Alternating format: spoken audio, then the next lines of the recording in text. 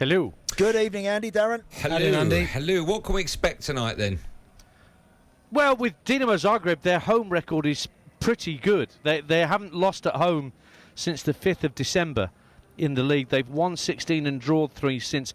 It's hard to know what to expect in some regards, Andy, because Chelsea have never played Croatian opposition before, let alone played Dinamo Zagreb before. So there's a certain element of the unknown about the opposition and getting to know you. Then, of course, there's the unknown factor of what AUBAMEYAng can provide tonight, now that we know that he's starting.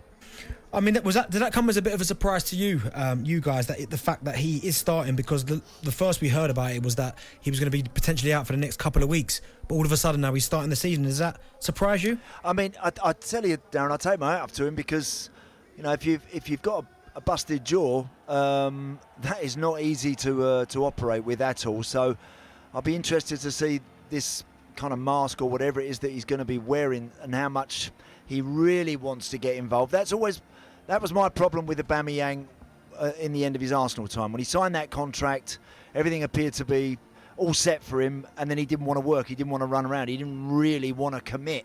Now, Chelsea want to see that AUBAMEYAng that is committed. I think Chelsea have had some fabulous strikers down the years, the Diego Costas, the Drogbas, who did commit, who ran hard and worked and chased and did all that side of the game. If AUBAMEYAng does that, there is no doubt. I mean, Dance was going through his record with me just now.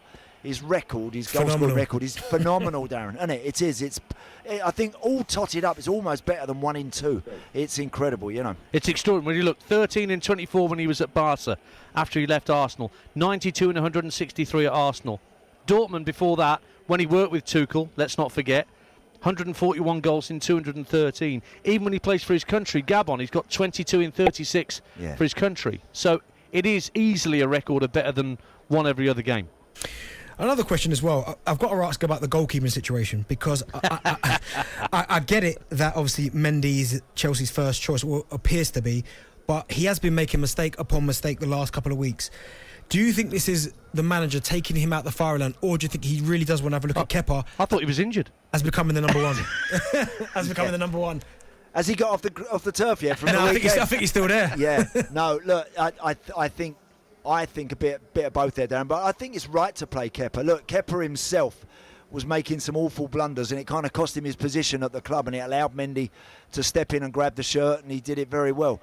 Now all of a sudden roles are reversed. Now it's Mendy who's in the firing line. He's coming out. Can Kepa go in, step up, and really show exactly what he's all about? So big opportunity for him. But I think the coach is doing making the right call. Never forget, in terms of the price, Kepa cost 3 times as much as Mendy. Yeah, wow. He's had that pressure, and the pressure that price tag's got on him. But I do think, Benty, that it's right that he should come out. Too many, he's been dwelling on the ball in terrible areas, Mendy, making bad decisions, and look, you do that in Champions League football, and you can find yourself on the wrong end of the result. So I think it's the right shout. Andy, let me ask you, I've been really underwhelmed watching Chelsea recently. Actually, I found them quite boring to watch. What's the right result for them tonight? Is it to win emphatically? Is it just to get a win? Is it a draw?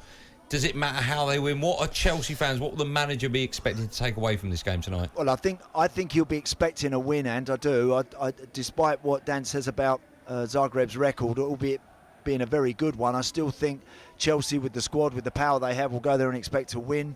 And I think he needs some rhythm and some momentum in their game. I mean, the defeats against Leeds and Southampton were a shock, but when you've actually analysed the way Chelsea played, I saw them against Spurs, they were excellent.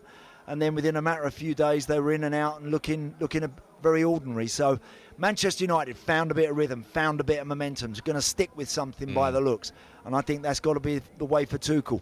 I do worry that he gets a bit fiddly with the team sometimes, Thomas Tuchel. He's got so many great players that you just expect to chop and change and everything's going to be rosy. It doesn't always pan out that way. I'd like to see him go with something that works and stick with it and fine-tune it and make it happen. Andy, how important was it, and I guess it was a big plus for Chelsea, that Reece James signed that new contract? Cool, massive. I mean, and that's not a bad deal, is it, Darren, either, by the way? He got, wow.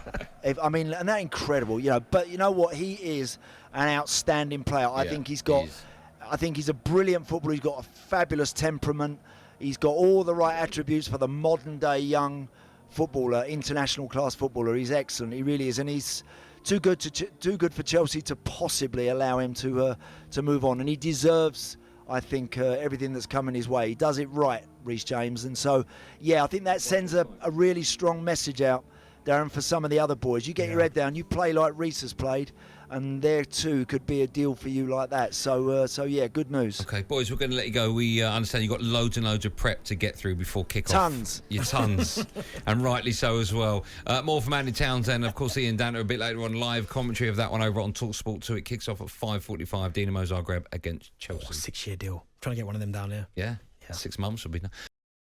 talkSPORT Drive with Andy Goldstein. Monday to Friday afternoon from 4 on AM, on DAB, via the talkSPORT app and on your smart speaker. talkSPORT.